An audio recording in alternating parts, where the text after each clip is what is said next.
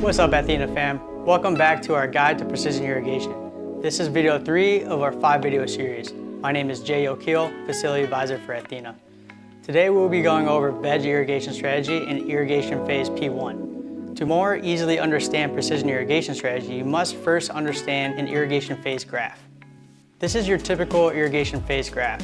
It illustrates the 4 irrigation phases while highlighting the correlation between volumetric water content percent and substrate EC. Irrigation phases are broken up into P0, P1, P2, and P3. P0 is additional dryback once lights are on, or transpiration before irrigation. P1 signifies the first irrigation events after lights are on until our target VWC percent is reached. P2 represents our maintenance shots during lights on period where we maintain our target VWC percent throughout the day. P3 is our dryback period from the last irrigation event of the day to the P0 phase of the following day. The main point to understand on this graph is the relationship between VWC percent and substrate EC. This is the fundamental principle we use in precision irrigation to crop steer or guide our plants to a desired outcome.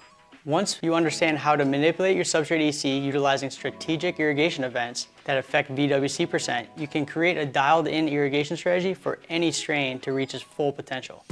During P1, it is possible to see an increase or decrease in substrate EC. This depends on the substrate EC prior to the start of irrigation events. During vegetative steering, if substrate EC is equal to your input EC, P1 irrigation events will cause an increase in substrate EC until runoff occurs. During generative steering, substrate EC is typically greater than your input EC, as P1 irrigation events will cause a decrease in substrate EC due to dilution. Our P1 irrigation phase is very important because it sets our target VWC percent that will be maintained throughout the day during our P2 phase. It is very important to select the target VWC percent that aligns with your substrate EC goal and is determined by whether you're steering vegetatively or generatively. Since this video is focused on veg irrigation strategy, which typically only requires P1 irrigation events, we'll go into more detail about P2 and P3 in the next video. During veg, hitting the correct targets becomes crucial to enable our plants to reach their full potential. All good growers know that a solid foundation set in veg with healthy growth is key to producing big sticky nugs in flower. So when transplanting clones into new media, we must be extremely careful not to overwater the substrate. Excess water can lead to stagnant roots and delayed growth. When using rock wool as your substrate, soak your media in pH-adjusted nutrient solution until fully saturated. If using cocoa, saturate your media by pouring nutrient solution over the top of the substrate until 2% of the total substrate volume in runoff is achieved. Reference our runoff volume chart to help calculate the volume of your runoff. Using a media sensor, note the VWC percent at the point of runoff. After transplanting your clone into your media, we want to make sure that we have a 35 to 40% dryback before we irrigate again to encourage roots to stretch into the media and to avoid overwatering. Depending on your substrate size, this could take multiple days to achieve this dryback. To calculate your dryback, take your VWC percent at the point of runoff and multiply by 0.65 to calculate a 35% dryback, or multiply by 0.6 to find a 40% dryback.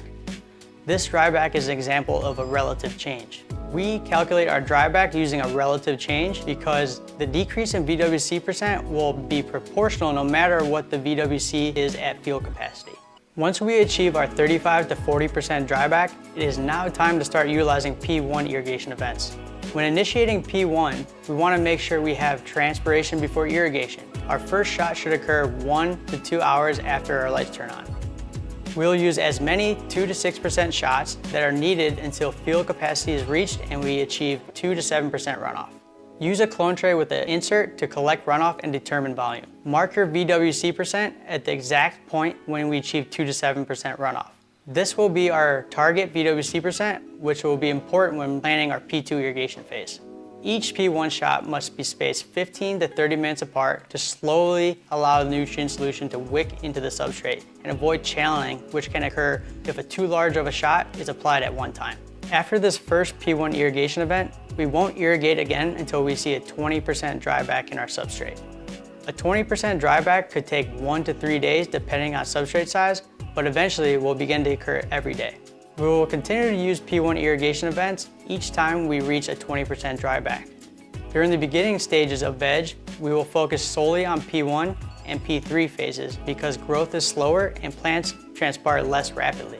After our dryback exceeds 20%, introducing P2 irrigation events becomes necessary to maintain optimal substrate moisture throughout the day. Veg is the most delicate time during our growth cycle. For this reason, it is crucial that we hit all of our dryback targets to avoid stunted growth. Thanks again for watching. In the next video, we will cover P2 and P3 irrigation phases. The P2 irrigation phases are most important phase for manipulating substrate EC and drybacks to steer plants to the direction that we want them to go. Don't forget to like, subscribe, and leave any questions you have in the comment section. Thank you.